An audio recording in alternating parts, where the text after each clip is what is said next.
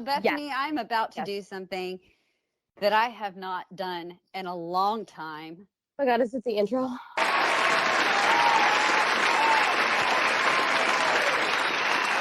It's the intro. Oh my God. I think I might cry. Are we ready for it? Are we ready ready. for it? Here we go. 2, 1. Hello and welcome to Body Count, the podcast where we believe history doesn't repeat itself. It rhymes, and a proud member of the Big Heads Podcast Network. We're here to show the audience they don't hate history. They just hate the way it was taught to them. Amen. Our only rule when we choose a topic, someone, or as is usually the case, a lot of someone's died. We give you this series of events in a narrative fashion, and by the end, correlate said story with current events. That's right. The world you live in today is actively affected by the things we talk about here. Now, I'm not PBS Ken Burns or Dan Carlin. If you don't want if you want a Hoover-esque, Just the Facts Ma'am History podcast, we're probably not going to be for you. There's going to be analysis and opinions. I'm not reading names and dates at you. So if you don't love that idea, go ahead and jump out right now. Now, bye. My opinions are my own. Know that I hold my co-host verbally hostage. Direct your hate at me, folks, please, where it belongs. It's also said that tragedy plus time equals comedy. So no, we giggle at some occasionally rough subject matter. We don't, if we didn't laugh, we'd cry. And we're warning you now to avoid offending anyone. That's not our intention. No. If you're okay with all of that, I'm your host, Jessica Manor, and I'm joined today by my co-host, Bethany Skelton. And you know what, Jessica? I think that, first of all, I'm super excited to be back. But because in your intro, and we've always held me hostage, at this point, I don't feel like a hostage anymore. No, at this point, you're just full-blown Patty Hearst. But like I've joined the cult. Okay, that was the whole point of why you started this podcast, was join the cult, and I am hooked. I am no longer a hostage. I am an empathizer. I am here for it. Marry me. Us. Wait, what? One of us. Like, I am pulled in. Like, you have no idea. Like, I'm so excited to be back. It's been too long, way too long, but for good reason. And I hope our listeners and our viewers and the people that, have been asking, we appreciate you. And we apologize that we have not been able to, life happens, period. Like, that's all that really needs to be said before. I mean, there's just too much to divulge. We could give a whole 3-hour podcast on what has happened over the 2-month span of, unfortunately, both our lives. But here we are. We're ready to get back into talk about our history. We're here to talk about fun history. And this shit had me laughing my ass off. So, and I have some big questions. So I'm ready to go. So let's get to what do we call it? What's it?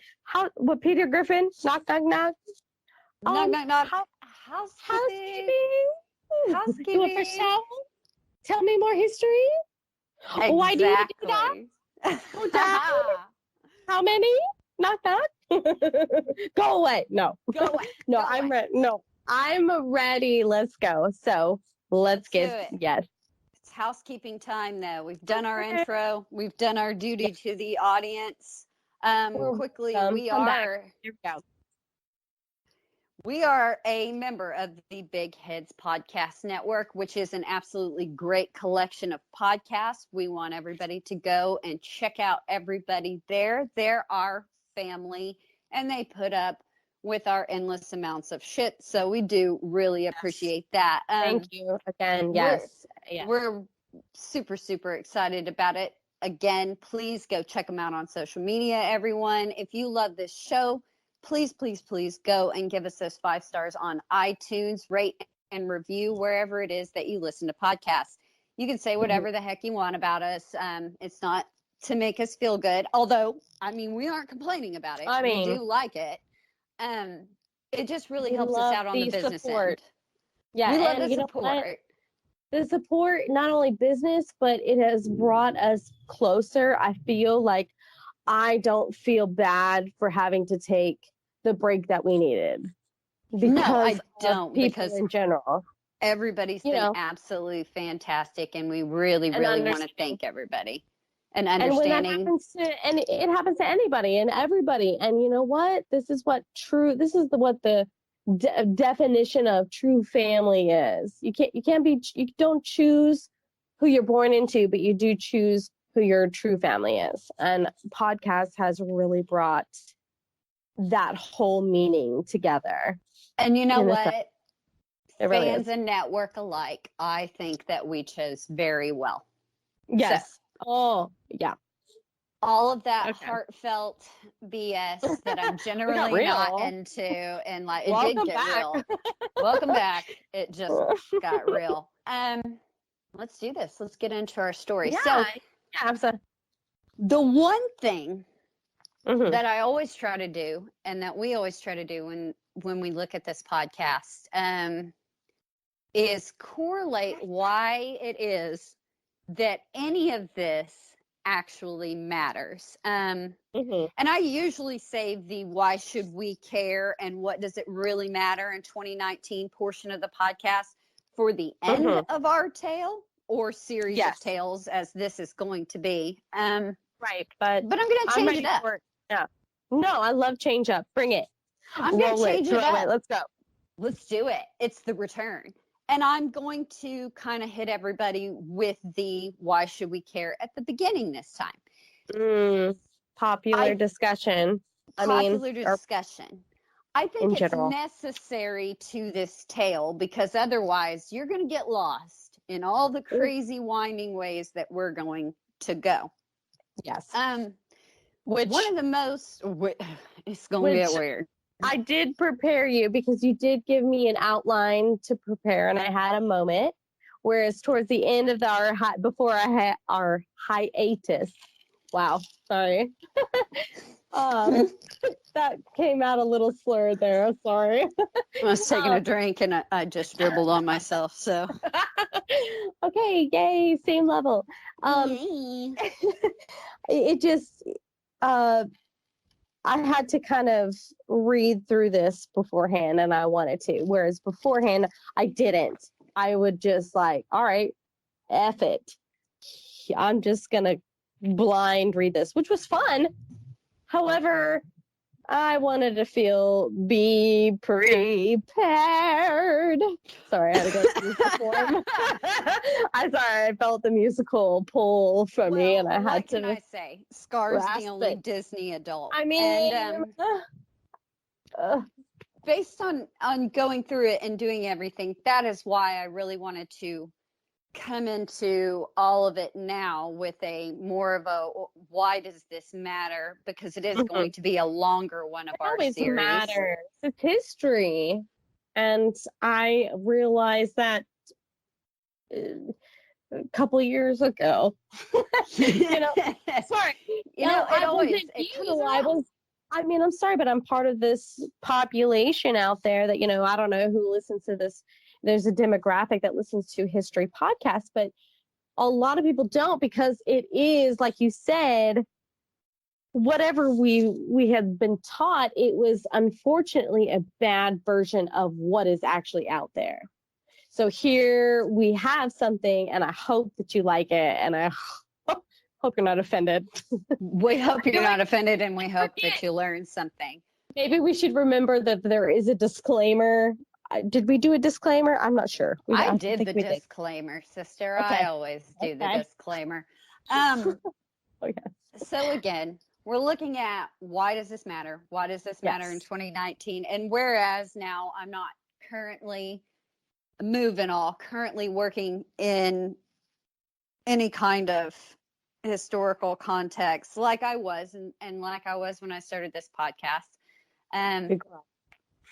But prior to this, one of the most common questions that I would find myself fielding in the course of history chatter is, what is the deal with Russia? What's the history there? Why are things the way they are? Exactly. Like, what is going on? I mean, I don't quite get it, but maybe I have a feeling you're gonna help me get the feeling of. Oh, are we gonna? Like I said, I did get an insight of the stories because there's a lot to go over. But I mean, just based on that right there, just that discussion, to me, that's why it's a great question. And lucky for us, Bethany, the story of Imperial Russia is interesting. And most importantly, this podcast being called Body Count, it does have quite the body count. It's weird, it's wonderful, and I'm excited to do just this little tip of the iceberg series for our return on some of the Romanovs. Now, I'm not going to say Romanov, not because I don't have a great respect for the culture and the language and the way that it actually probably should sound, but I'm from Texas. We're just going to say the Romanovs. Hey, hold on. I didn't even know. I thought it was always. This is why I get really frustrated with the American language, because why? There are so many different ways to pronounce. I thought it was Romanovs. I didn't know that there was another way to pronounce it. Well, the English language is fun. Well, I mean, think about it. They are Russian. Romanov. Oh, There's going to be a different inflection. There's going to be a very different reflection. Jessica, you already know how hard I have with looking at a name. There is a gang you bring up later on, and I'm sorry, but what the WTF? We'll get there. Okay. You already know what I'm talking about. Okay, but we'll get there. Okay. Yeah. Okay. No. So, least to say, we're already pretty jazzed about this. Yes. Okay, here we go. But before we jump into the Romanovs, like full-fledged, obviously we're going to do a little groundwork here. And even though we can't begin to put together an exact body count number like we usually do, we do know, and by the end of this story, you're going to know, in the establishment of this grand imperial dynasty, it's a pretty extensive body count. So let's do a little background and talk about Imperial Russia. Yes. I'm totally okay, because I have, like I said, you've given me a little tidbit here and there, but it's one of those things where it's like I am not completely, and maybe I'm one of the dumb ones out there, but I personally, I've heard of the Romanovs. I know that there's something. Who's the most familiar one? If I had to take a shot in the dark, I would say Nicholas II. Nicholas II. I found so many. Yeah. The end of the story is really well known. The last of the Romanovs. But I don't remember what brought it on. I don't remember how it started. I don't remember the process because I'm not like. I'm sorry, Jessica. I love you, but you're kind of like a nerd. And I say that with every part of my being from with love. I love you, but I'm like, wait, I remember that. But I have other things to remember. So. I'm offended. You are in love with a prodigious and creepy memory, Bethany. I'm sorry. I'm sorry. We know the end really well. We know the last of the Romanovs. Whether it be the weird, circumspect, rural farmer wizard Rasputin to the communists like eating the Tsar and his family. I'm kidding. I'm kidding. They just horribly murdered them in front of each other and dumped them all in shallow graves. So that Disney movie lied to you. We know how it actually ended. So which movie are we talking about here? What Disney movie are you referring to? Do you not remember Anastasia? Okay, you know what? I'm not going to lie to you. I actually thought about that, especially when I did all my funny meme searches for this topic, and there were so many. Because I saw Anastasia, and I was like, weird. I mean, I know I've heard of an Anastasia in the history, but I never thought it related to this particular moment. And I've seen the movie, but I honestly, it's one of those Disney movies that I haven't watched. I've watched the Hunchback of Notre Dame more than I've ever watched Anastasia. And so I'm like, I don't remember. Well, if I'm going to be honest, you're not missing anything because of course.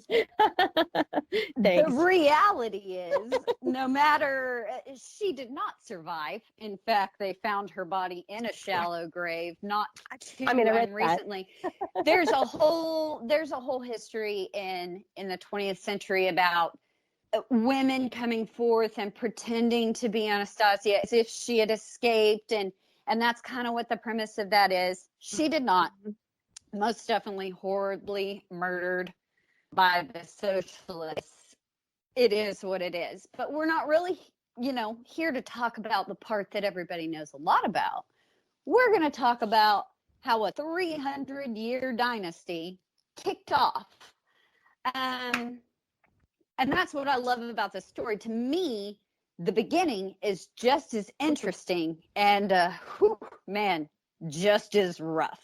So, before we begin, this is a pretty intense movie. Like, if you put it together, this is like an not with Matt Damon, a Minority Report.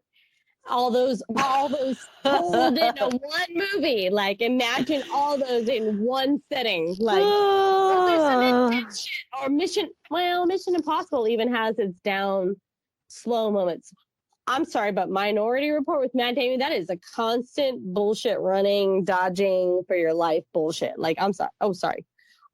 You told me we were supposed to not cuss. Sorry. We can cuss. We're just trying to cut it down. Sorry. We're trying for all of you guys to not be foul-mouthed sailors like we tend to be.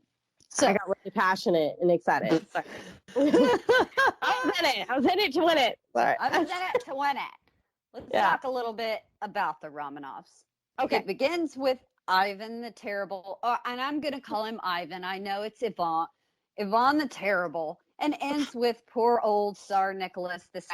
In that time, the Romanovs managed to be the most BA empire builders since Genghis Khan. And that is no mean feat, guys, historically, I can assure you. That's like Miss Universe versus Miss America. Okay, exactly. Okay, so let's put that in perspective. Bethany, how big are we talking here? How big was it? The answer is it was extremely big. Here's a look at empire-wise. Give me the numbers, baby. Give me them numbers. Give you the numbers. How about when the Romanovs took the throne? The Russian Empire grew 20,000 square miles a year, and by the 19th century, the Romanovs presided over about 1/6 of the surface of the earth, which to me is I know it's out of here. Staggering in scope. When you think about it, I mean, really and truly think about it. One family ruled 1/6 of the surface of the earth. Now, a majority of them may have been ass clowns, but when you take the sum total, that's pretty impressive. And it's really not easy to hold together. I mean, how do you hold 1/6 of the earth and all its varying people groups together under one flag. Communism. I mean, monarchy, or both. Da da da da. Totalitarianism. Winner, chicken dinner. Chicken dinner. Sorry. I felt really smart at this point, and then I kept reading, and I was like, yay, I got it right. I'm so smart. You did. Totalitarianism. I mean, it's Whatever not a you want to surprising fucking call answer. it. I'm sorry, but whatever you want to freaking call it, it is the same effing thing. It's ruling with an iron fist. If the Emperor of Russia was listed as a job description, it would read, I don't know, like, can you ride a bear shirtless with a, broadsword on your back, an AK in both hands, invade another country, and commit atrocities all at the same time? Or, at very least, present yourself as if you can do those things. I mean, that's like a Hollywood picture movie right If there. so, Terminator, we've got a hereditary job for you, baby. Are you ready? Here. If you can't do those things, you need not apply, or the nobility will just, I don't know, like, off with your head and move on to another one of your relations. Oh, you think you're good? Guess what? You fuck up once, off with his head. It is. The entire country is like the Queen of Hearts. Oh my God, this is the time to live. I'm so glad I would have been a woman in this time frame. I mean, God. Maybe not so much, but at least I'm not getting beheaded. I might be kidding. Exactly. Russia, I would say, is like into hardcore political BDSM, or just, I don't know, straight up BTK. I don't even know how you say it. I don't know how to phrase it. Is there a difference? I mean, they go beyond like real rough role play straight into some Dennis Rader hardcoreness. They go full serial killer version. I think it's just different money tiers, social class. That's how you get rated, okay, on your activity. Keeping all this in mind, let's look at what it was to be a czar in those really early days. Okay, so I want to talk about this in a minute. Czar is the name to remember because it appears a million bajillion times. I know that's not a true number, but for me, I need to say it out loud. And I love that I just heard you take your vodka drink because I know what you're drinking right now. Okay. Okay. It's my poison of choice. Okay, because actually, I'm glad that you just did that because now that's my cue. I'm going to actually grab a notebook because I'm about to get real on this podcast. I'm sorry you hear the door opening, but this is life, and welcome to podcasts. Welcome back. Okay, because for me, I get extremely lost when I read through this outline. And I'm hoping that I'm not the only one who listens to this that gets lost. And if I am, well, then I'll need more therapy. So, it is what it is. It's a lot to take in. It is. And I love that we are going over it. And I know that you have kind of like an idea of what you want. But after reading this, Jessica, I'm not going to lie to you. I might need some time to process. So. Well, do you have your notepad, smartass?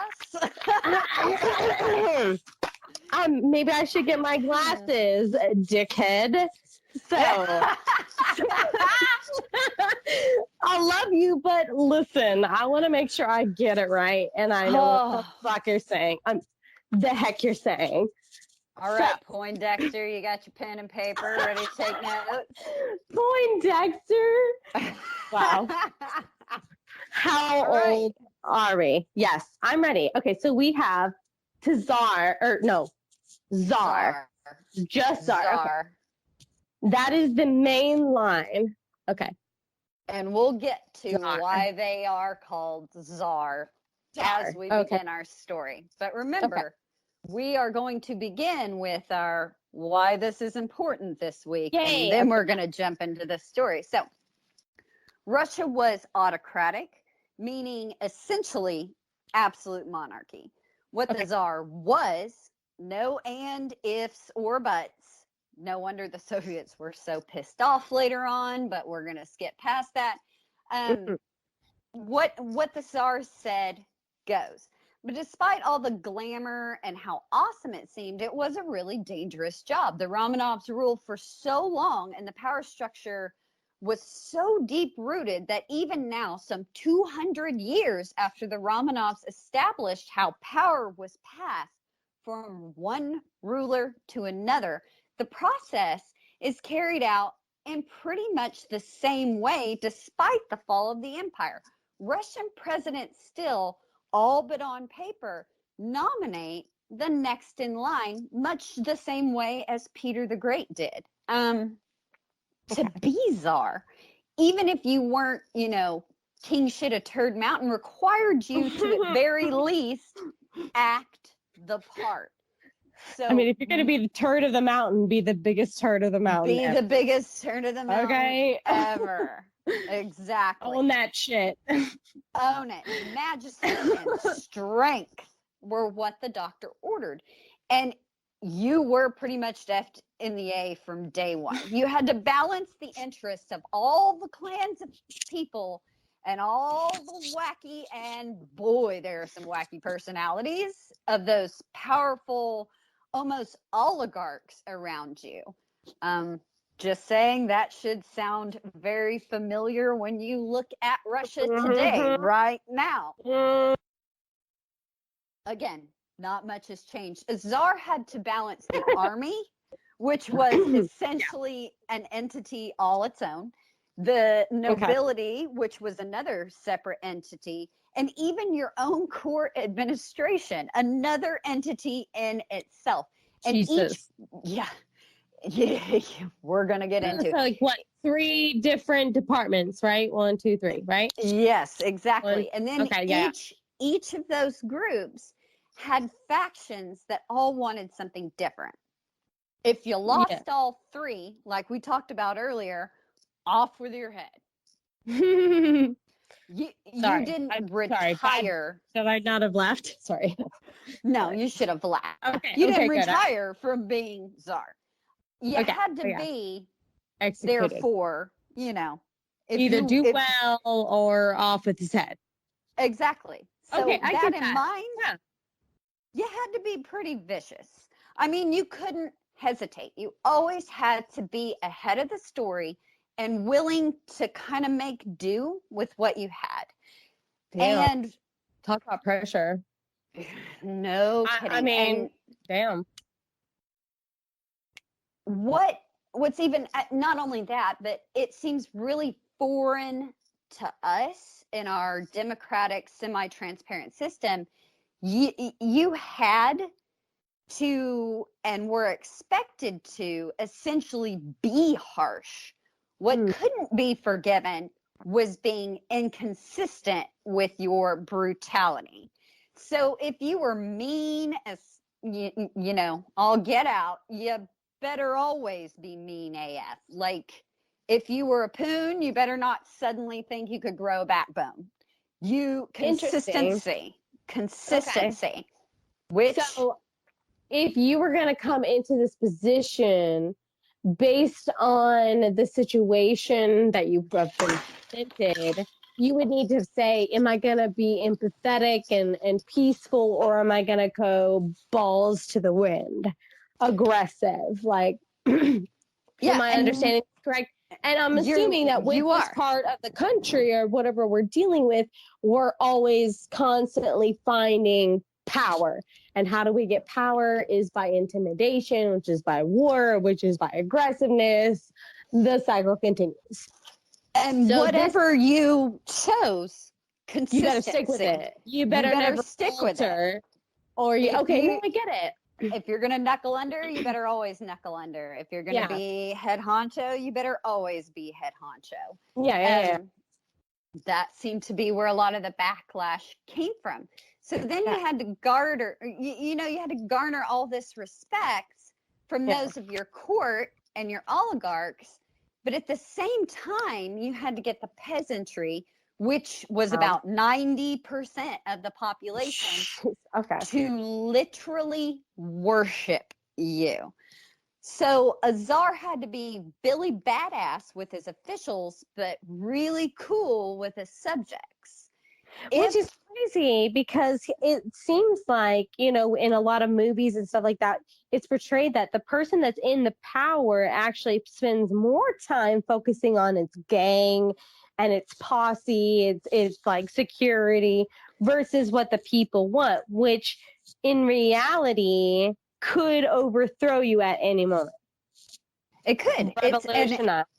It's very contradictory, and it's very, very interesting, and it's something that kind of exists specifically in this system. It is a contradiction.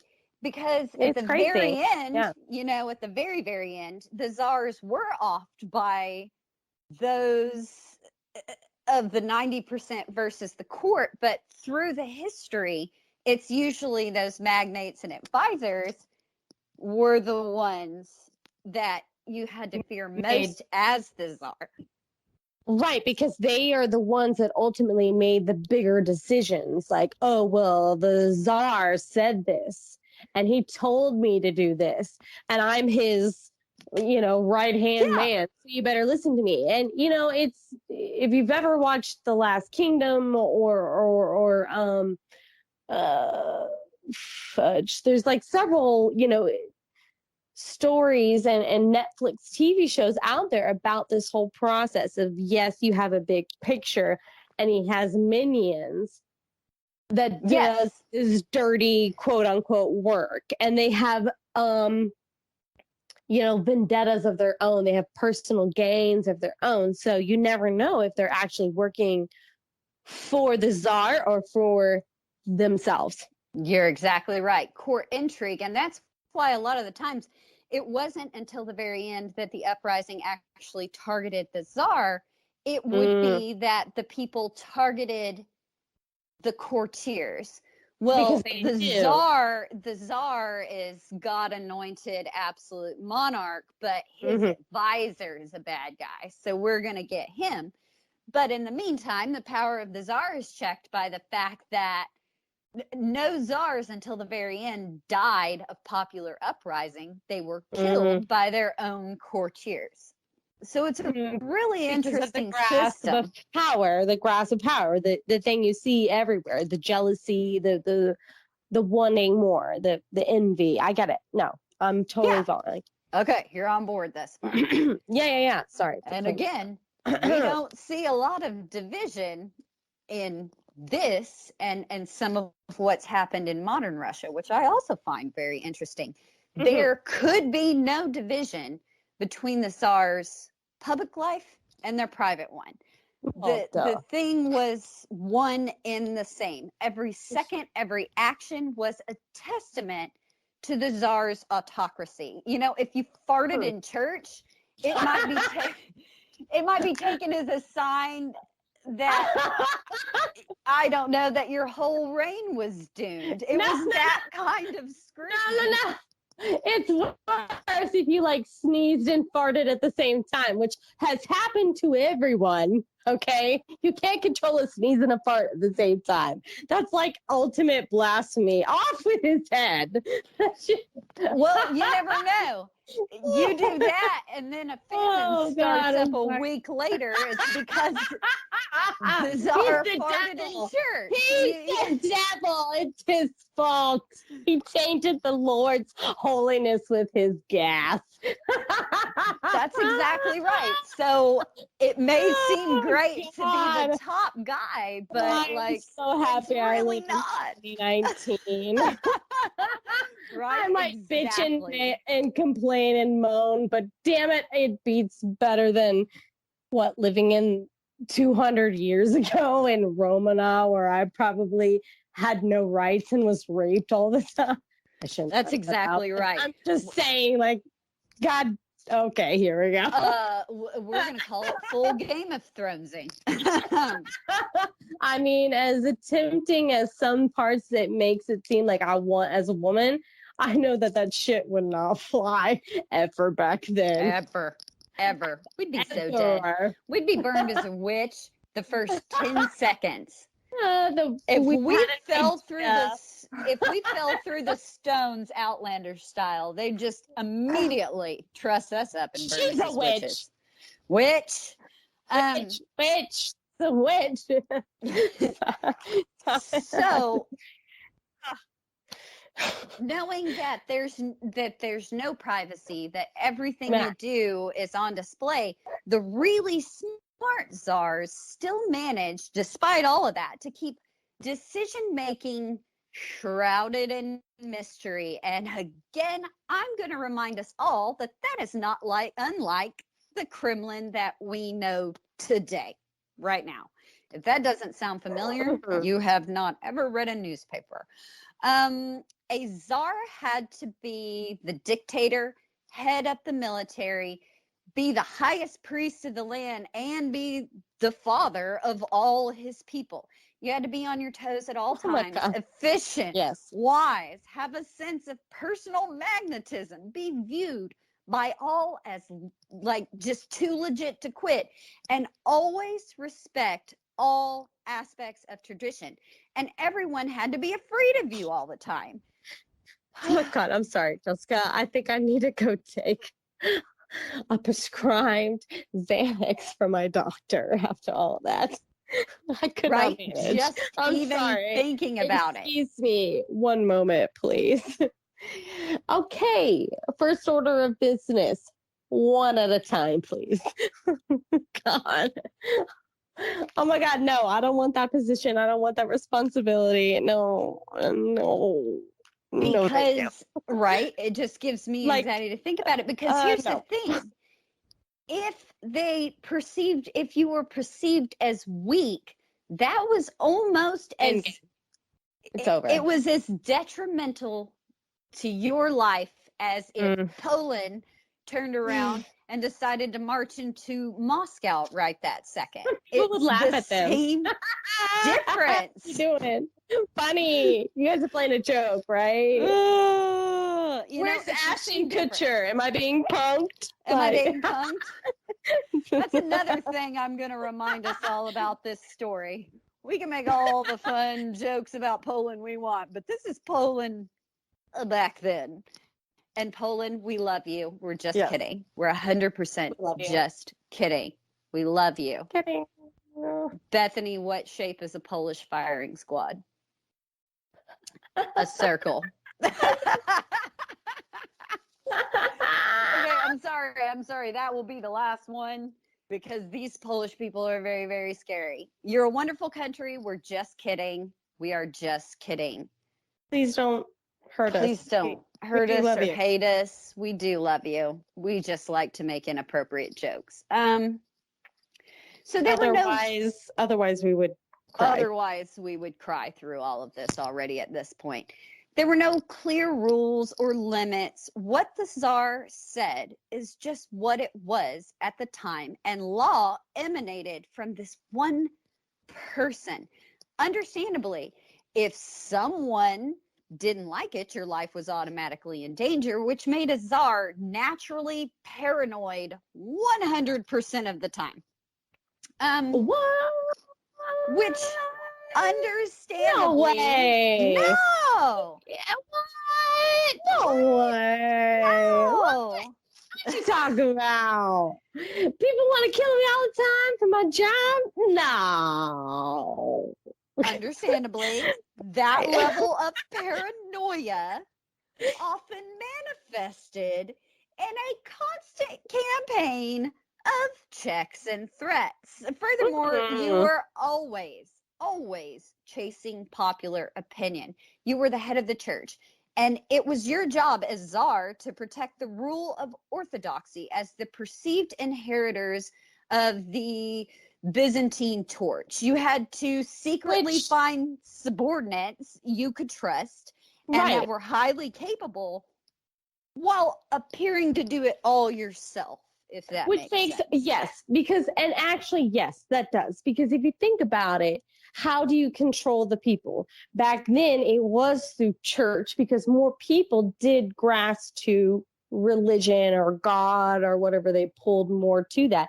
Nowadays, it's different. But if we're looking back then, if you had pull over the church, then you have pull over the people.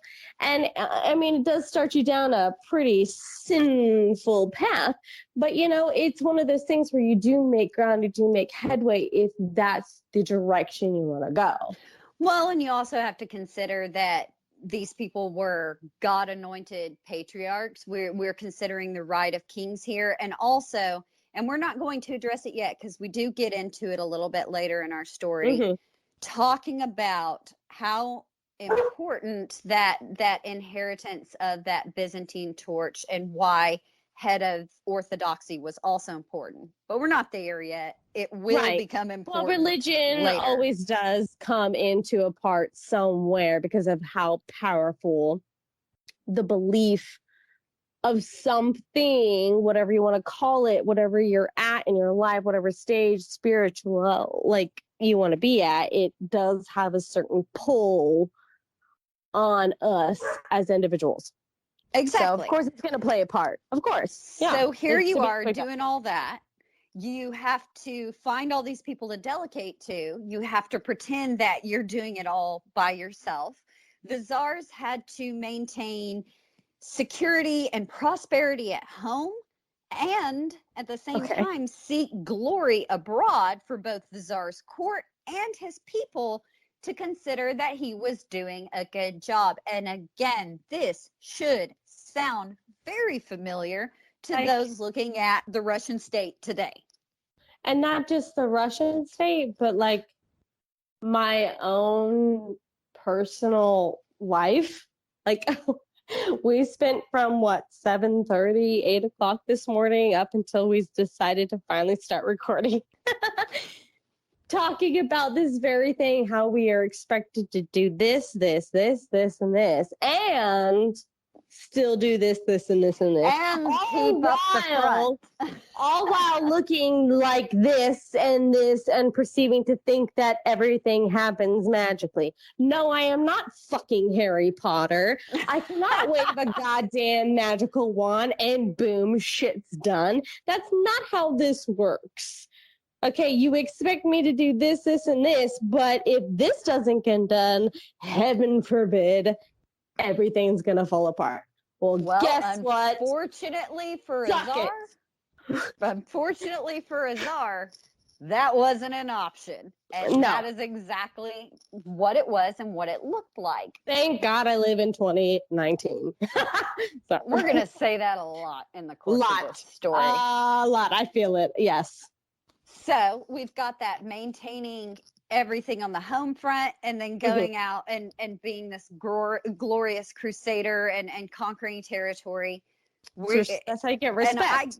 I can't overstate how much that should mirror the Russian state in all of our minds today. And we should recognize the fact that the court was in a state office on top of being crusade headquarters for orthodoxy. And then on top of that, military headquarters and balancing time. You just said military. As soon as you bring that word into this podcast, I know shit's about to go down.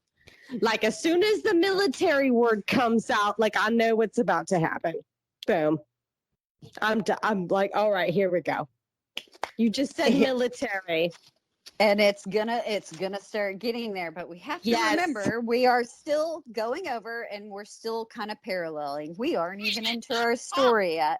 I'm like pumped up right now. Like you just said that word. I like know what's coming. But damn it. Okay. You know all what's coming. So All right.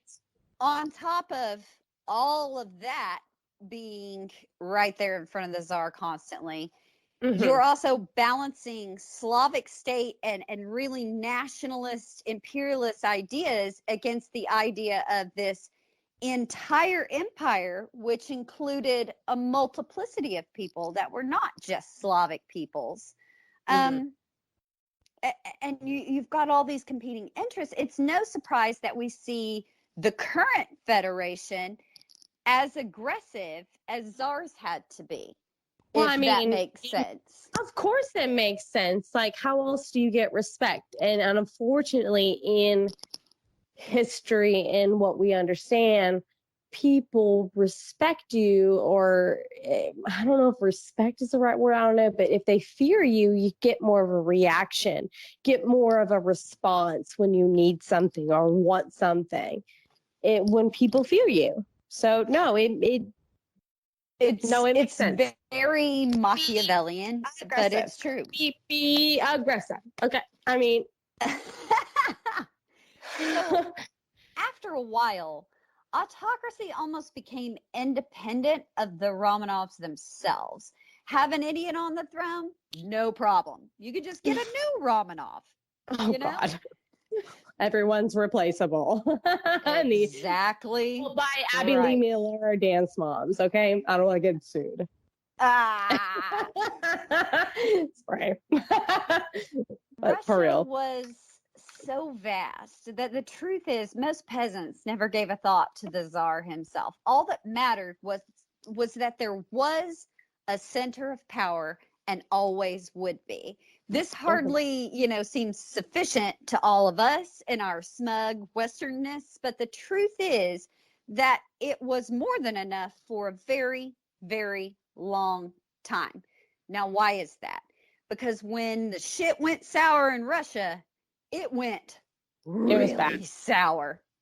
It's called when you hit rock. You think you've hit rock bottom until you've gone to Russia. Until you hit Russian rock bottom, you don't know what it is. No, for real.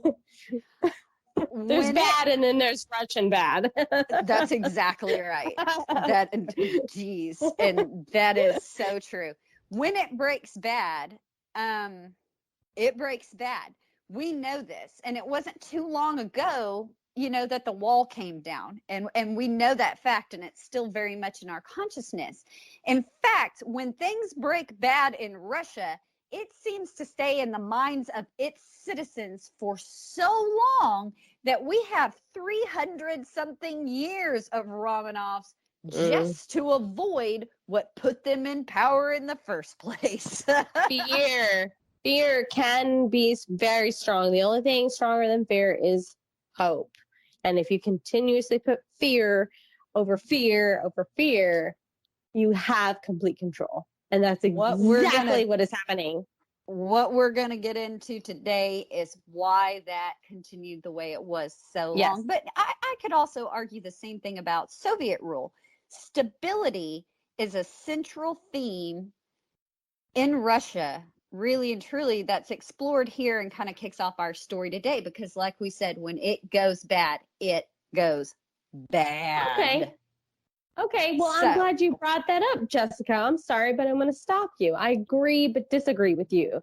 Because stability, there is such a thing as good stability and bad.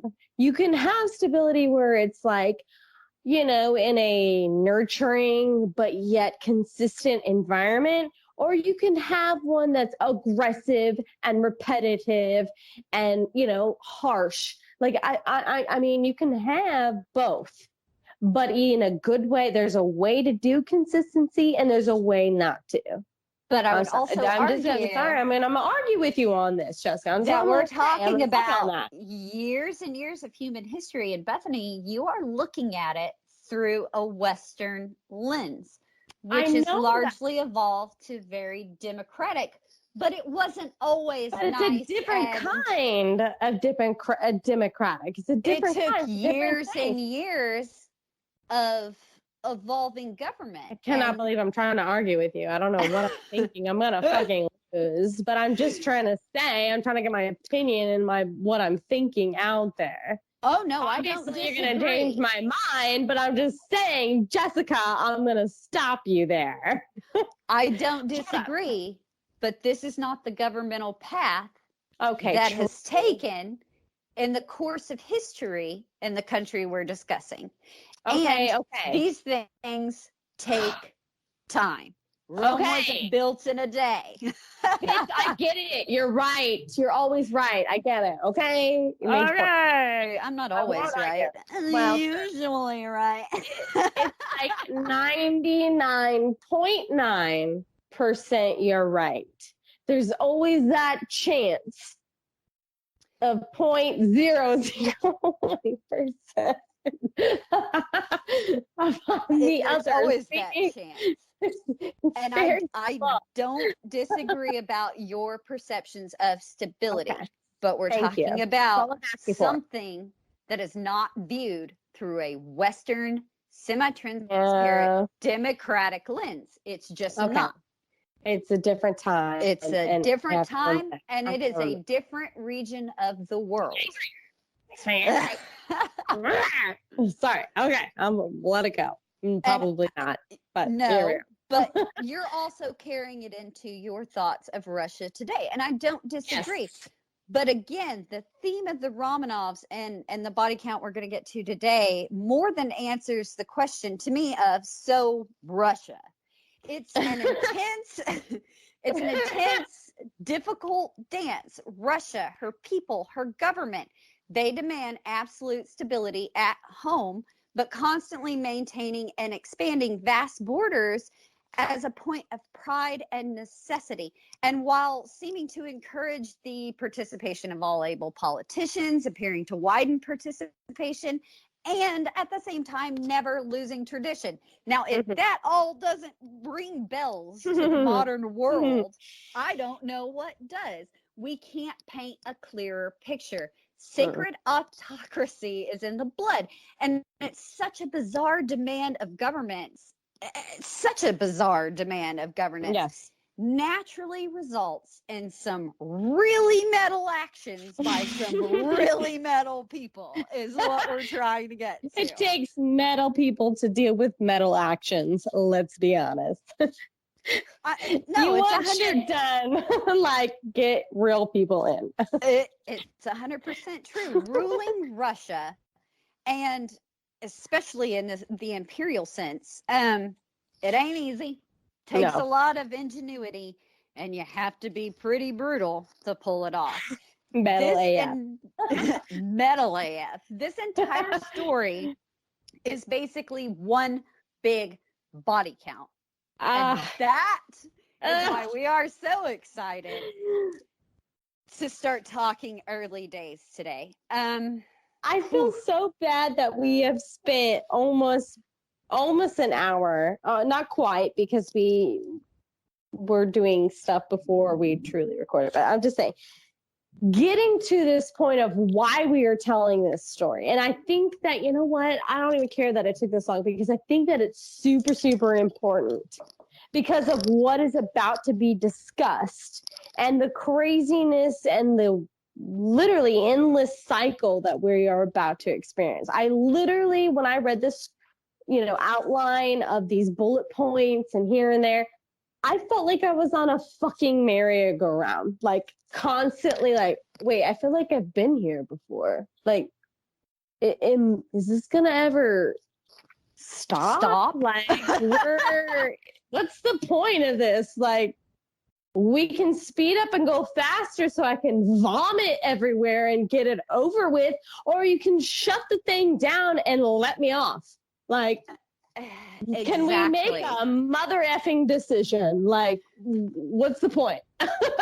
And that's why I think it's important for our listeners, and I know they're tedious and it feels tedious and we want to get to the story, but I feel like if we just told the story in no context and in none of the context that we've talked about today, why it matters to now, and then how this entire thing fits together, I don't want everybody. It's kind of like we were talking before. I want to look at this story and I want to examine it, and I don't just want to hear, oh, those crazy folks over there, because we have a propensity to look at things through a Western democratic tiny little periscope of sight, and I wanted to really open it up, and I wanted everything in this story to make sense. And I had so many questions to ask you, because I felt like, and I apologize if, we've gone over or gone long, or we feel like we've lost you, but it's just one of those things where it's like, I want to fully understand this, because of the fact that this is something that's not in my repertoire. And maybe if I fully understood something from history from the past, it will help me make better decisions, especially with the 2020 election coming up. I know we don't want to get political, but welcome to history. It's one of those things where I want to be prepared and knowledgeable for coming up. So if I can learn anything about my history, about my past, and how we all got here, then maybe I can make a somewhat okay decision, even though sometimes it may not matter. You know what? I didn't want to go political, and we're not going to, but I wanted to pin a gold star on myself for not having once referred to Vladimir Putin during any of that. Honestly, I was waiting. Like, I've been waiting this whole time. Like, almost like, where's VP at? Like, what's happening? Why hasn't she said anything about it? Because we've talked about him in other episodes. I like being alive. I don't know about you. Staying alive. Ooh, ooh, ooh.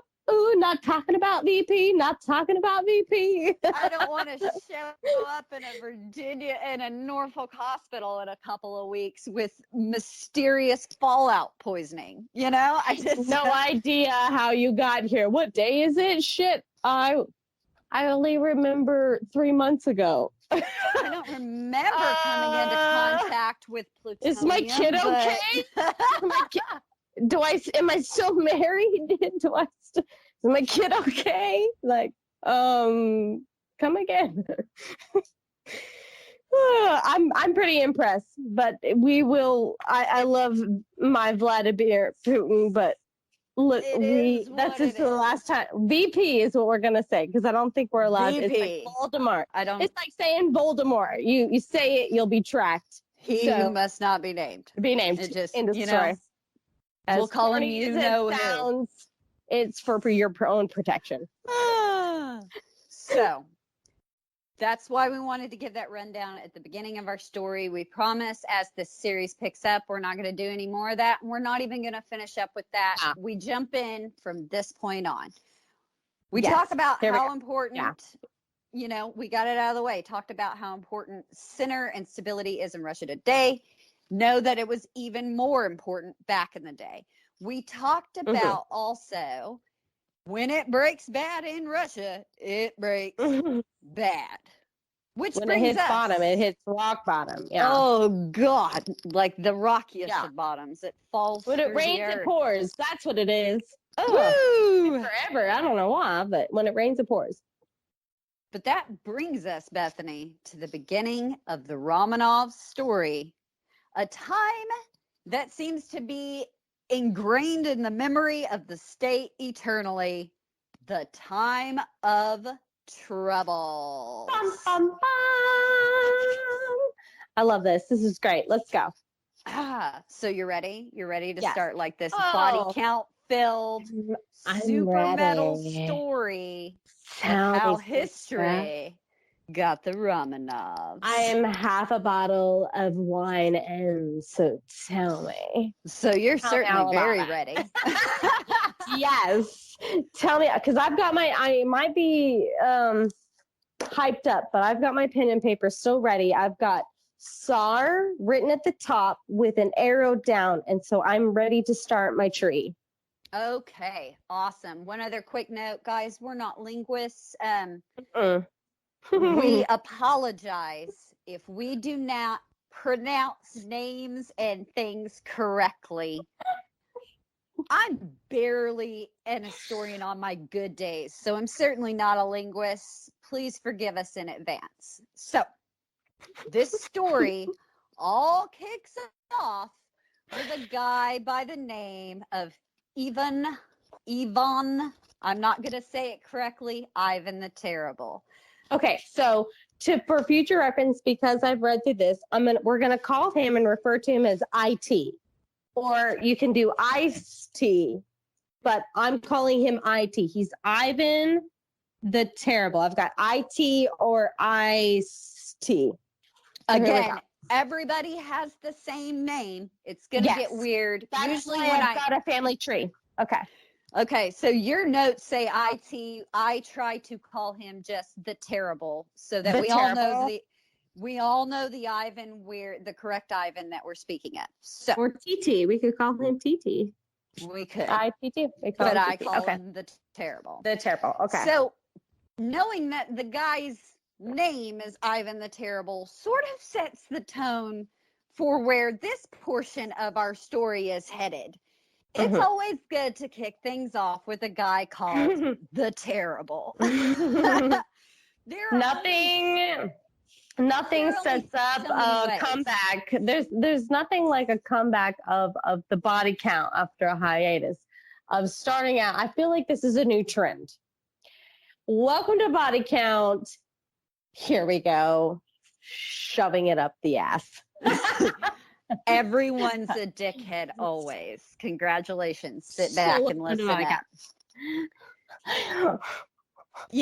It just starts out kicking the ass. It is what it is. Again, the Terrible. We know where this story's where it's going.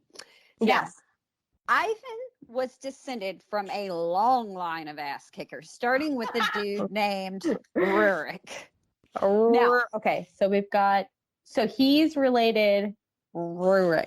Rurik's the first. So he's a semi-mythical Scandinavian badass who became a big man and the founder of the first true Russian dynasty around 862-ish. Like, don't hold my hand to the fire on that date, please, guys, but I'm pretty Jessica, sure. Get it together. No. So 862. God. No. So 988 sees Rurik's descendant, Vladimir, convert to Orthodox Christianity under the current Byzantine emperor. So he scrapes together a loose confederation of duchies and city-states, the Kievan Rus, who chill under this Rurik dynasty and good old Vladimir. And it really looks like... So Kievan Rus. Like Kiev. Kievan Rus. And Vladimir. A collection of city-states under Vladimir. That's for your notes. Vladimir is important because I've heard that obviously Vladimir VP. I get it. So I'm just, this is where I'm already just go. I'm not gonna lie to you. It's a very popular Russian name. So Rurik has Vladimir. Vladimir's putting together a collection of city-states, and it looks like they're primed to form just a tight little state called Russia eventually. But spaghetti-o, here comes Genghis Khan. Oh God! Okay, so sweet exit collection Russia, of ass-kicking Mongols.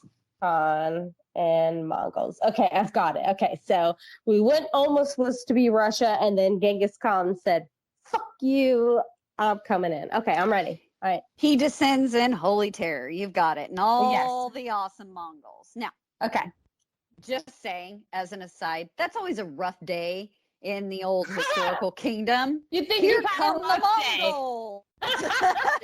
You think that you've had a rough day? Think about them people that had to deal with the Mongols, okay? of 988.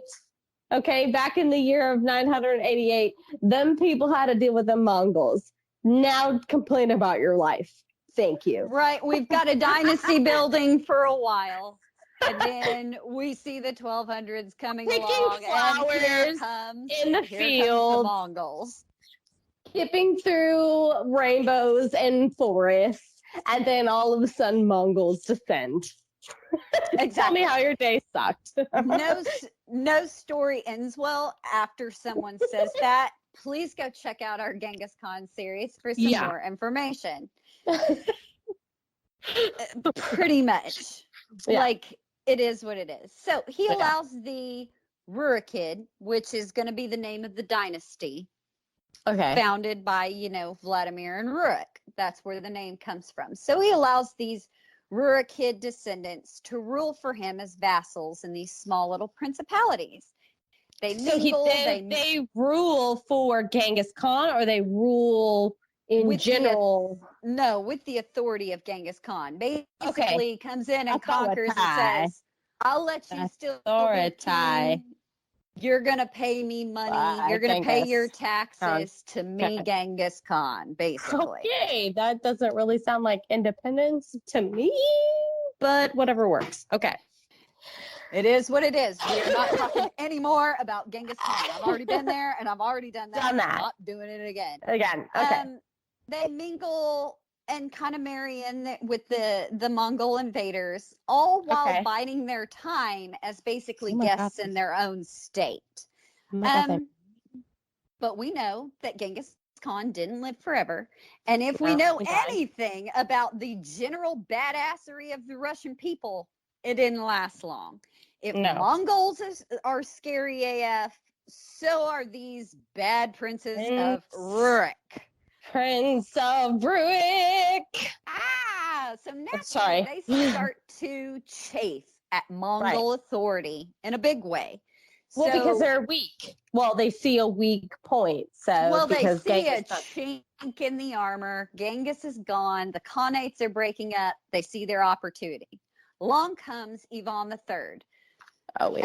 Ivan III doesn't matter. Okay. Who gives a shit? AKA Ivan the Great. Oh, he's the Great. ITG. Ivan the Great. We are not to the terrible yet. We're kind of going through the dynasties. It sounds like HTV upgraded. That's what it sounds like. Okay, Ivan the Great. Sorry. So Ivan the Great, the third, right? He's because of obviously they're. Bitch, I'm gonna kill you before this podcast is done. HGTV the third. Okay, I'm with you. So you can murder me later. Here comes Ivan the Great, which is what we're gonna call him. Okay, but he's technically a descendant of a descendant. Of the Rurikid dynasty. Oh my God!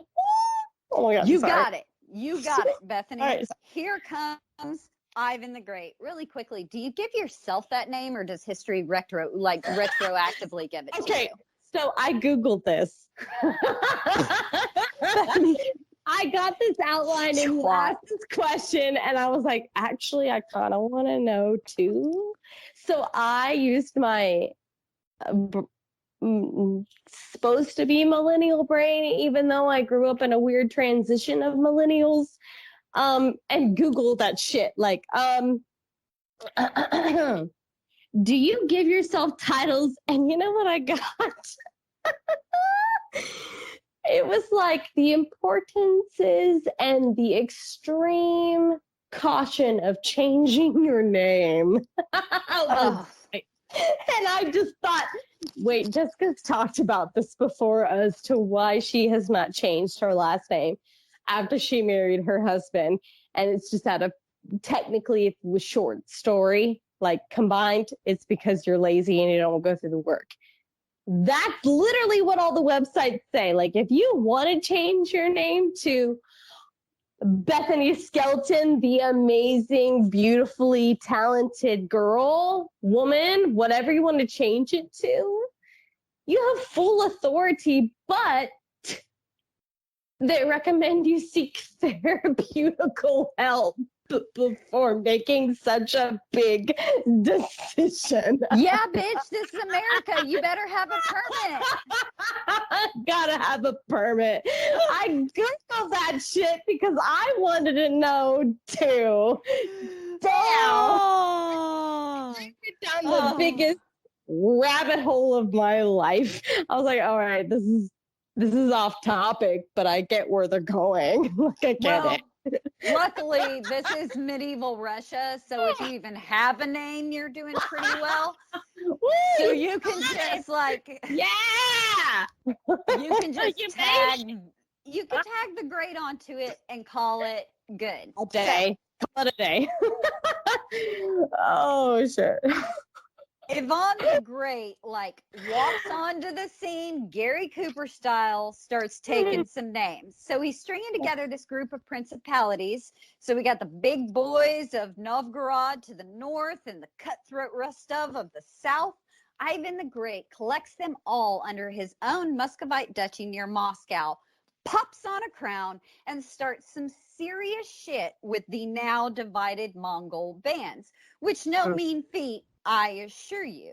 Mm-hmm. The Byzantine Empire then falls to the Ottomans, and Ivan then scoops up the title of protector and successor to the Orthodox crown. He then marries the niece of the last Byzantine emperor. Hey, legitimacy.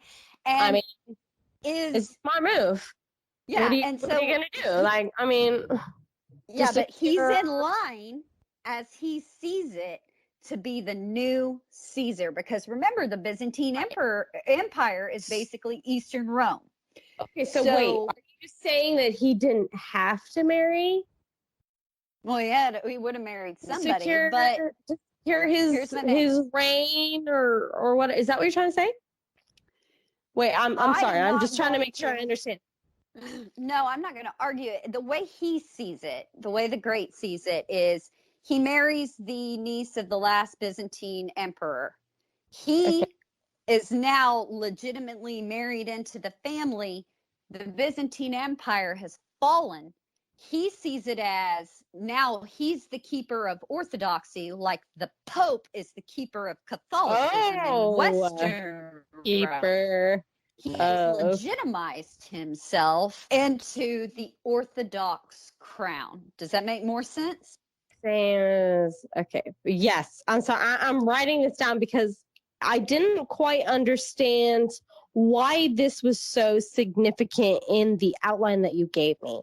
Because I'm like, I get why, but why did he marry if it wasn't technically, it was necessary, but why was this marriage necessary? And if it was, where did he go wrong? That would be why. Right. He's now married into the family of the Byzantine of the Orthodox emperor. Byzantine whole cult religion. Okay, yeah. Which is a huge deal back then, right? Is about what religion you're in. This is just a different form of Christianity than that you would have found in Western Rome. Remember, the Roman Empire split into two. So the Byzantine Empire is essentially Eastern Rome. To be the head of the empire is to call yourself Caesar. He's not just picking up. He's not just picking up the crown of that form of Christianity. He's making himself a supreme pontiff at the same time of both church and state. By marrying this particular person. Ding, ding, ding. And since the Ottomans, that is so smart and very dangerous. Exactly. And since the Ottomans are an Islamic empire, Eastern Rome has fallen.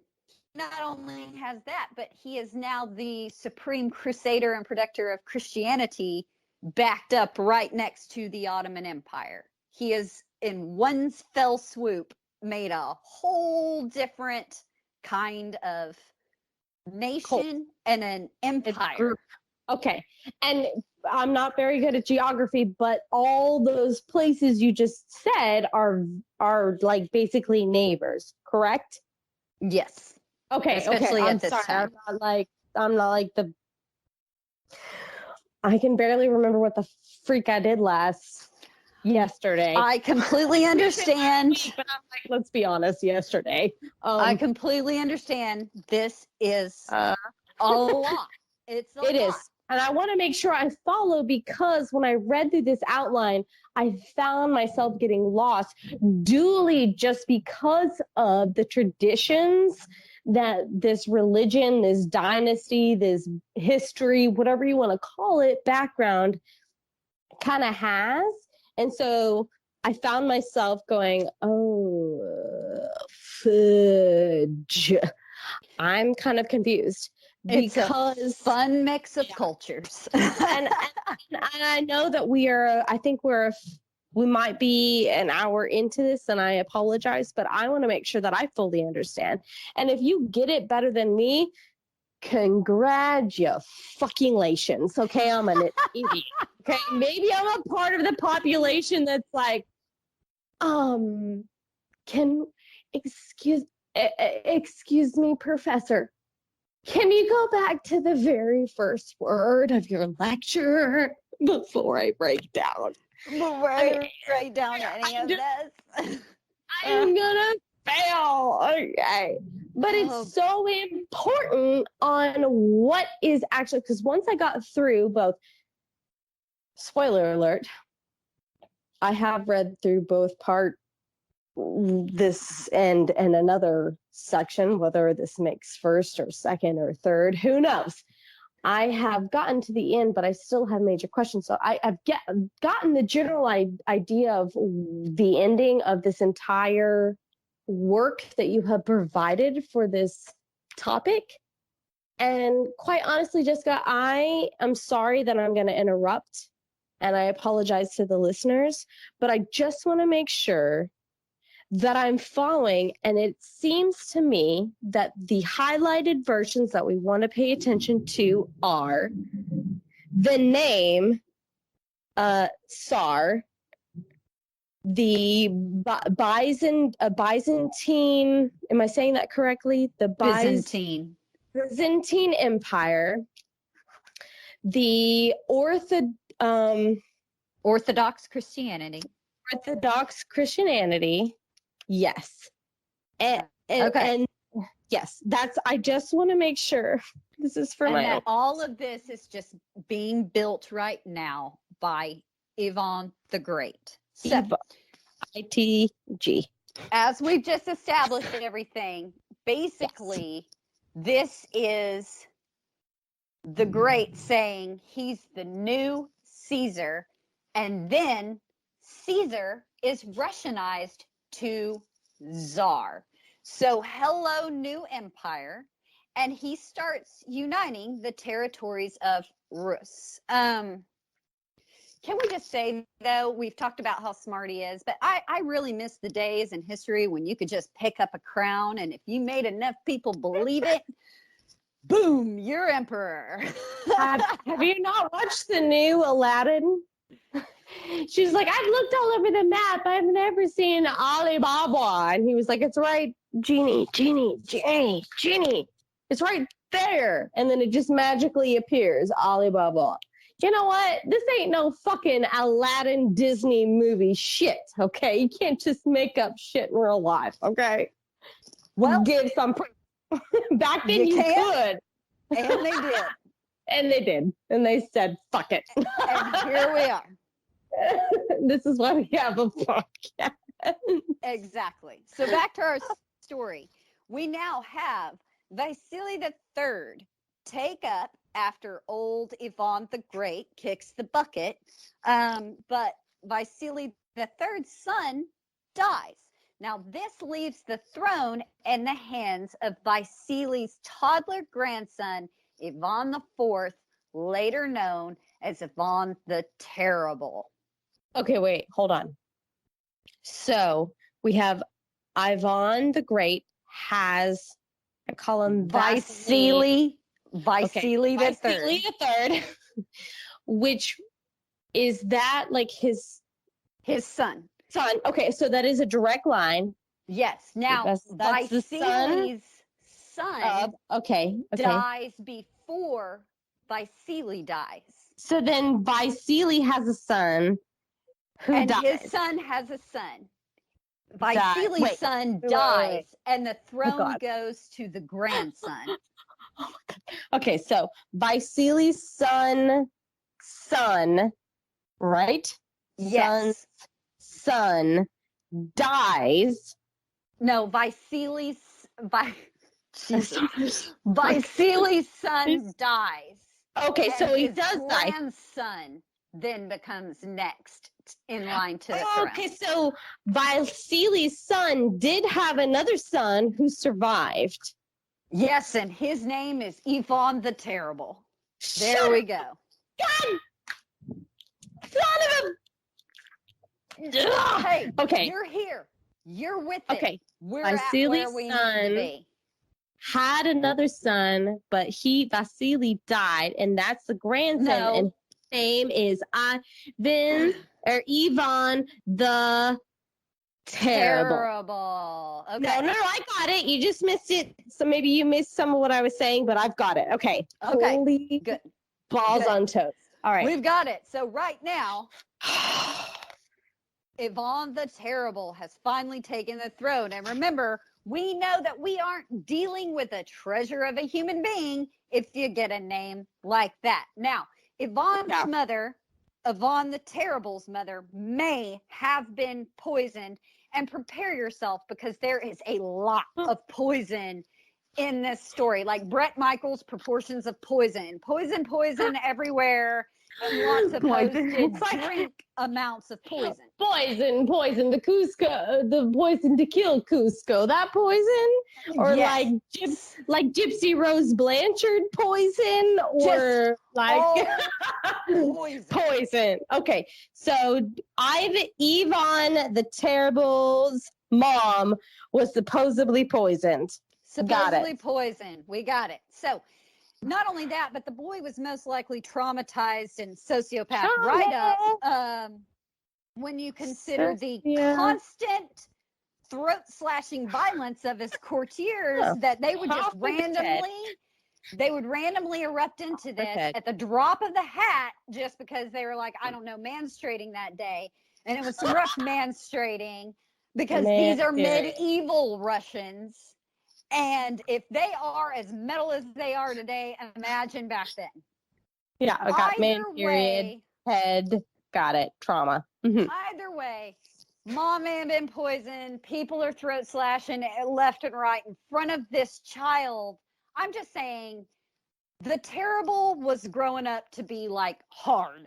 The Terrible. That's why he got the fucking name. Like, hello, let's set us up for, like, it's like if you're a baby and you're like, wait, what's my name? I gotta live up to that fucking shit. All right, well, here we go. No turning back. That's exactly right.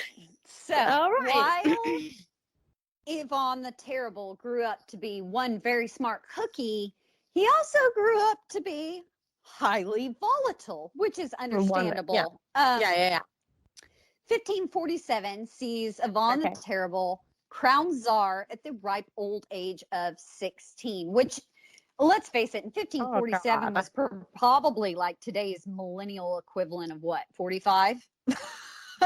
Wait, hold on. What do you mean? Like, he's 16. He's 16. But in the eyes of their law, he's 45? No, I'm saying in 1547, people lived to what, 30 on average? Oh! That went over my mother effing head. Okay, yeah, no. That's like literally living half your life right there. Congratulations.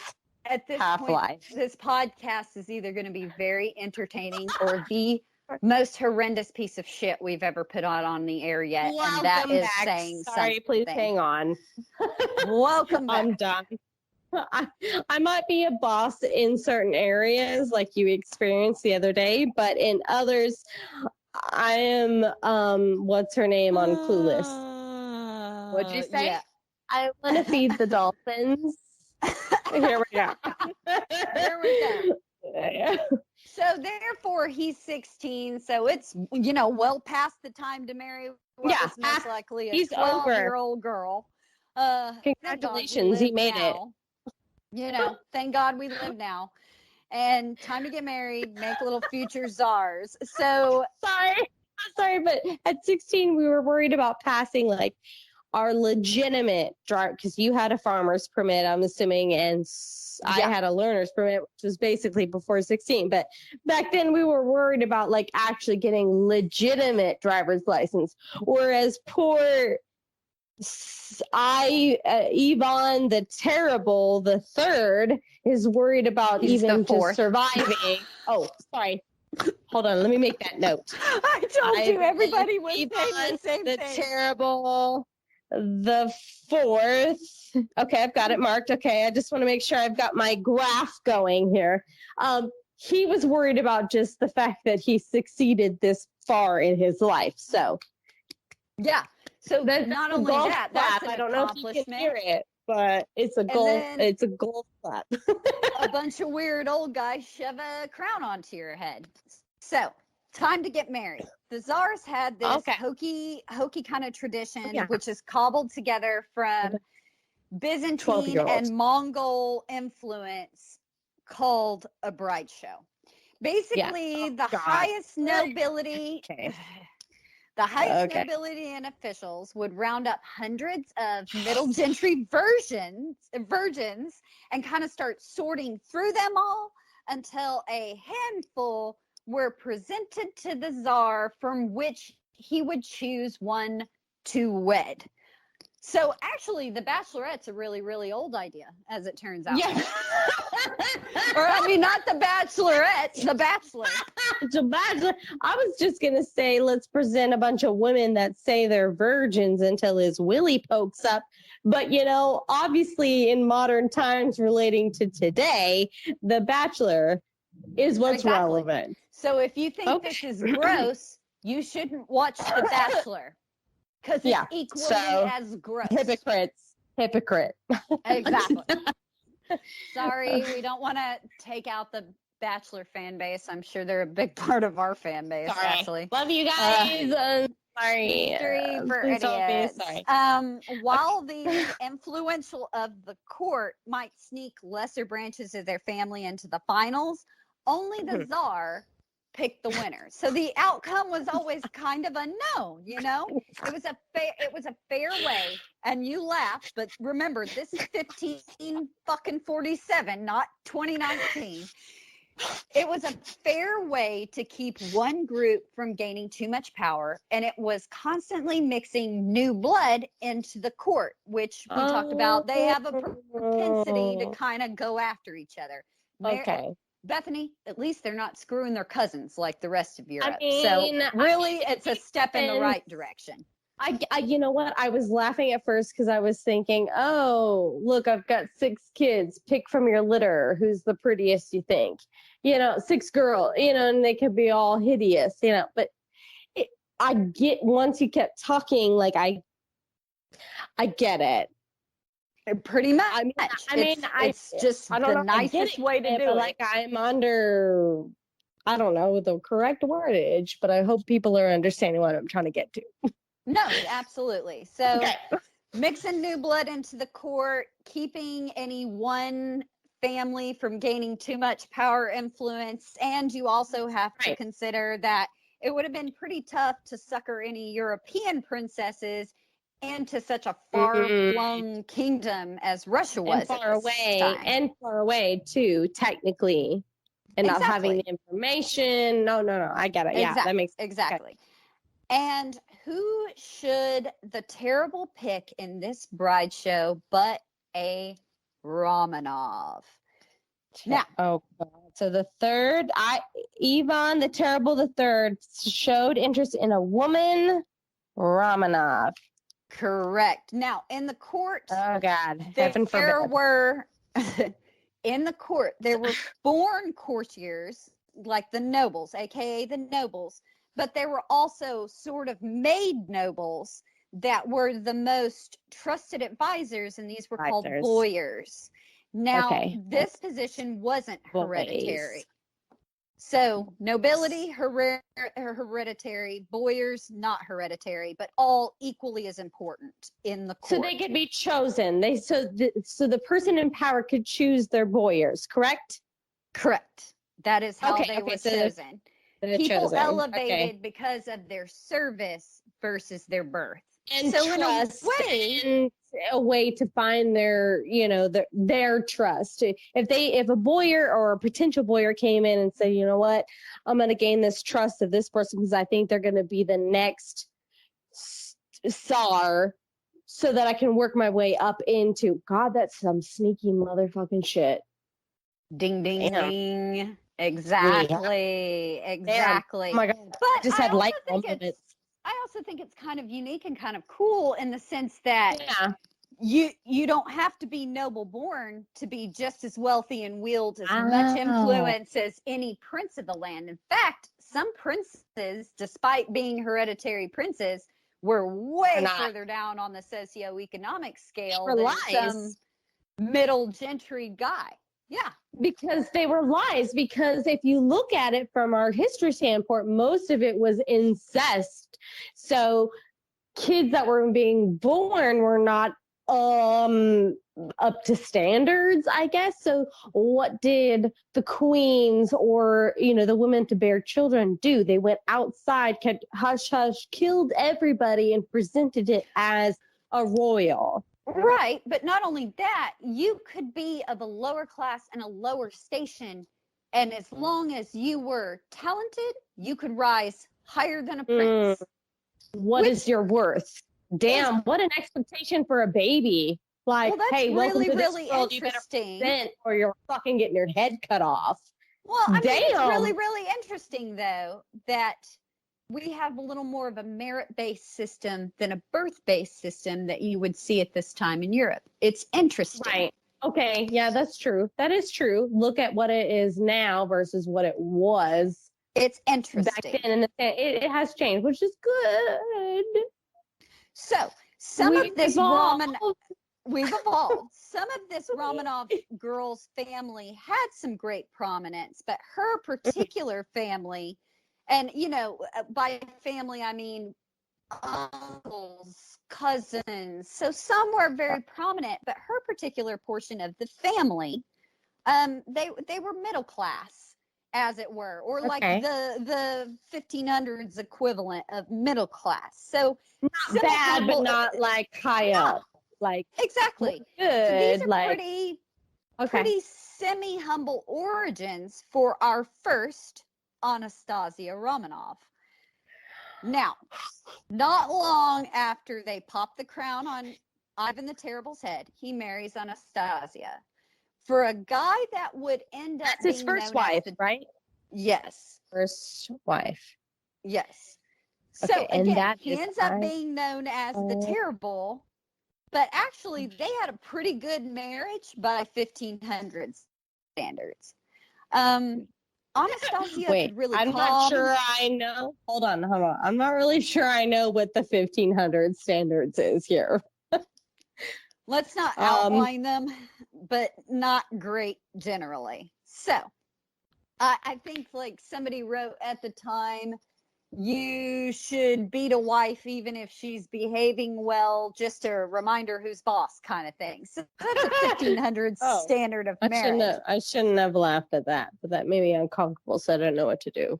Well, at least it was a long time ago. The point is, even though Yvonne is known as the Terrible, it's still interesting that they had a pretty good marriage. She could calm him down when he went full manic.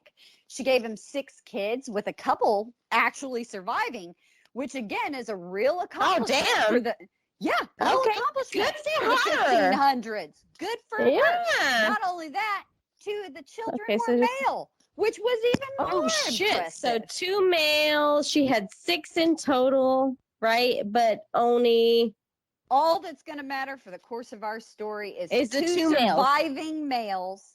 Okay, of course, so one of which is named. One of which is named. Oh God, Yvonne, no. And the other is named. Got it. Theodore.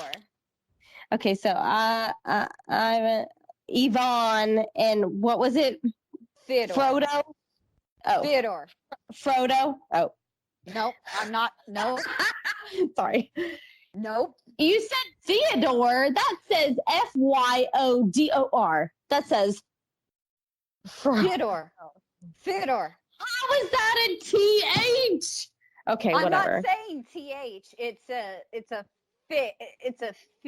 a different sound. Whatever. Because they I'm don't not going speak to argue English. with you. I'm not going to freaking argue with you, okay, on this pronunciation. You warned everybody. I don't think you're saying it right. It says Fyodor. Theodore. Whatever. I don't care. Whatever. Theodore. Continue. Oh. You're an expert. Agree to freaking disagree. Anyway. Okay. So, Theodore. 2 surviving children. Now, 2, the only ones that matter. Got it. the only ones that matter. Now, Yvonne's reign prospered. Yvonne the Terrible's reign prospered despite the first signs of his being, as we would say, pretty batshit. He took on some of the Khan's descendants in the south, and he took some names. He even celebrated by building St. Basil's Cathedral, and that's a pretty enduring legacy. It's still there in the Red Square today. I didn't know that. The Terrible began the conquest of giant, rich Siberia, and that stuck, as we know, as we know today. He began modernizing by bringing in European experts and merchants. Shit was really, really shaping up in those early days, if you will. But this wouldn't be body count if everything stayed peaches and roses, as we well know. Then the Terrible started a war with the Commonwealth of Poland, Lithuania. No. Okay. Yeah. Which, like we said, make all the dumb Polish jokes you want, say whatever you want. But these are some equally badass, scary, freaking people. Okay. Pole hose. Okay, here we go. Equally. This is the point where Yvonne starts to run into some trouble, which we knew it was coming as we were talking about the time of troubles. It's in the name. So turns out this Polish-Lithuanian war was a precursor to like what we know today as a forever war. And it really started to make Ivan the Terrible paranoid AF. Paranoid AF. And more than a little insane. It might also be due in part to the fact that during this little war, his grandees, noble and boyar alike, undermined his actions quite a bit because there were a great many of them that had pretty strong ties to many an important pole. So, wait, hold on. So, Ivan the Terrible the Third's son's grandson is making bad decisions with Poland. Mm-hmm. Okay. And so what's happening, I'm just trying to make sure that I'm following along. He makes a decision to invade the pole hose. And because he does that, there's a huge ass war, right? Yes, but could we not refer to the Polish as pole holes, please? Sorry. I saw a meme and it's like engraved in my mind. I'm sorry. No I offense. completely get it. Yes, you summed it up perfectly. Ivan's reign starts out really strong. He has a lot of military successes. Then he seems to work. It's working. Okay. Everything's going grand. Then he decides to attack the Polish and Lithuanian Commonwealth. Yeah. Okay. Poland. Just Poland in general or a certain section? I just want to make sure I understand. It's an entire country also. Entity. Time. Okay. I forget where. And it is really far back. Really rather big one. Remember, this is the 1500s. Yes. I'm sorry. I got to remember that. And then he might have been doing all right with this war, except for the fact that all of his courtiers, so both his nobles and his boyars, they have a lot of connections with really important Polish people, and so they're undermining his decisions. Oh, he's got people on his own committee that act like they know, or not act, but because they have more experience, they're putting their input. Correct, which contradicts his decisions. Correct. Exactly. Okay. Now we really see some paranoia kind of starting to build, right? Okay, Posse not listening. Okay. Posse not on board. Not listening. Paranoia. Not exactly. You should see my notes. Okay. I'm just, Sweet it makes Jesus. sense to me. So, okay. add on to all of that stuff, Bethany. Right. The added stressor that the Tsar in these early in this early history is also in a kind of permanent on again, off again state of forever war with the Crimean Tatars. Okay, where's that at? And again, Crimean. It sounds like Bahamas. Crimean Tatar to show God you, but think where Crimea is. Google the right now where the fucking Crimea is. Okay. All right, fine. You want to get on me? You make fun of me. Okay, I'm gonna do it right now. Welcome to our remnants. CRINCAE. ARSTAT. Oh yeah, it filled it in for me. Yeah. Okay, but it pulls up Wikipedia, so I'm not going to use that as a viable source. Look at images. Look at a map. Okay, don't yell at me. Okay, you said I'm it. Not you yelling brought at it up. I'm just asking you to Google. Okay. You're not even doing it yourself. Okay, so I've got it pulled up on a map. Okay, but I am not good at geography. Remember, I've made that. Okay. It's to the east of Romania. It's like a little, well, it's called the Crimean Peninsula. So it's not called the Crimean Tatars or sorry, I probably said that word wrong. Tatars, I'm sorry. I'm from Kansas. I speak with a Midwest accent, but that's where it is. It's north, literally straight north of Turkey, right north of the Black Sea. There's a that little. The borders are going to be a little different in the 1500s. Right. Looking at it now, you have a general idea of where it's at. In the middle of God, literally nowhere. Okay, I got it. Yes. Where do you live? Like I said, this is either going to be the worst or the best thing we've ever done, and I'm really interested to see how it comes out. Yeah, people don't mind. You cut it off now. We could stop now. There are constant problems for the Russian state in the Crimea, which is something that we see right now in the modern era, and we most certainly will discuss for the rest of this story. Okay, and that's kind of where Ivan's headspace is at right now. Okay, so that's what we got going on. Are you all caught up? Yes. Modern era, which is geographically more considered with the Turkish-Iranian. Babe, I promise.